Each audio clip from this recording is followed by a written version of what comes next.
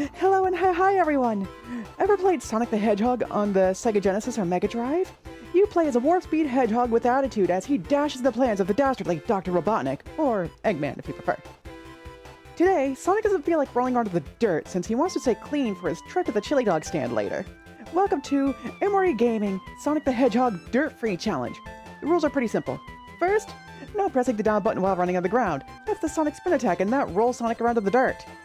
Since I'm playing on the Origins version of the game, I am also forbidden from using the Spin Dash or Drop Dash, since, again, those roll Sonic through the dirt. I have also remapped the controls so I can't accidentally press down or even up. And Sonic is going alone. Tails is not allowed to help or hinder. He would kind of break the spirit of this challenge. And to add a little bit more spice to this particular game, I also turned the air and ground movement speed caps on, since that's how I remember the original game playing. To turn the speed caps on, during the title screen, press up, down, left, right, and A. This will take you to the stage select and several options. The only ones I care about are the speed caps. If I turned on the 7th Chaos Emerald and obtained Supersonic, it would spoil the whole challenge. Same with the elemental shields for this particular game. And now, time to begin. Green Hill being the opening zone is pretty easy, even if the speed caps bring me profound sadness. The only real points of interest are staying on the top path, except for the last part of Act 2. Staying on the upper path here funnels you into a forced spin tunnel, so all you need to do is go back a little bit and take a lower path. You may also notice that I've gone into the special stage. This was something I decided on a whim since I wanted to experience pain. And I have never liked these special stages. The first two go smoothly enough, but later ones will make me go cross-eyed. What's that? Isn't this rolling on the ground? No, this is a weird warp in reality, not the ground. Moving on. Maybe a hot take, but I love Marble Zone. It and Scrap Rain are my favorites in this game. That said, Marble Zone is unsurprisingly unaffected by this challenge. Except for the path I normally take in a casual playthrough that I took for granted in Act 3. There's a left turn you can take towards the beginning of Act 3, guarded by a rising and sinking platform. Pretend that path doesn't exist, or you will get stuck like this and crave death. I thought the caterpillars would be more of a problem, but they could be dispatched with well-placed jumps. Remember when I said the special stages would make me go cross-eyed? Special Stage 3 is one of those. It's a big, open space with bumpers everywhere, and Sonic's jump in this does not respond to directional inputs like it does in the rest of the game, making aiming him all the more tedious. He also collides with things you don't want and randomly ignores things that you slam him into if they would be helpful. This stage is a big bowl of fuck, and I don't like it. Special Stage 4 is a maze that continues to prove this point and bring up a new point where Sonic just doesn't jump when you tell him at times. Springyard Zone is where I thought I would get stuck and what prompted me to completely re-record my run with the speed caps on. Right at the start of Act 1 is a spring that leads up to a half-pipe up a long wall. I had thought that the speed caps would make scaling this impossible and force me to fail the challenge. So I let go of the D-pad in despair, and then Sonic was able to make the run up. Turns out the speed caps don't apply until you press left or right. I tested this in an older version on the Sega Genesis and Mega Drive collection, and it worked the exact same way there. Special Stage 5 is another maze. There are a few paths where you could potentially wander into failure, but it's not any worse than Stage 4. As for Special Stage 6, I was an idiot and lost all my rings before the end of Act 2, so I have to wait. And then the stage has the nerve to tell me to cope. How dare!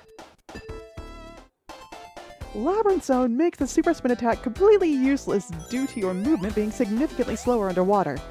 Though there's one corridor with an Orbinaut I thought would give me trouble since I normally just duck under all its shots. Ducking isn't banned, but I turned off the down input, or rather remapped it, so I can more easily avoid accidentally spinning. Then I just walked over here and it was fine. That said, I feel like this has been my best performance of the Eggman sequence I've had.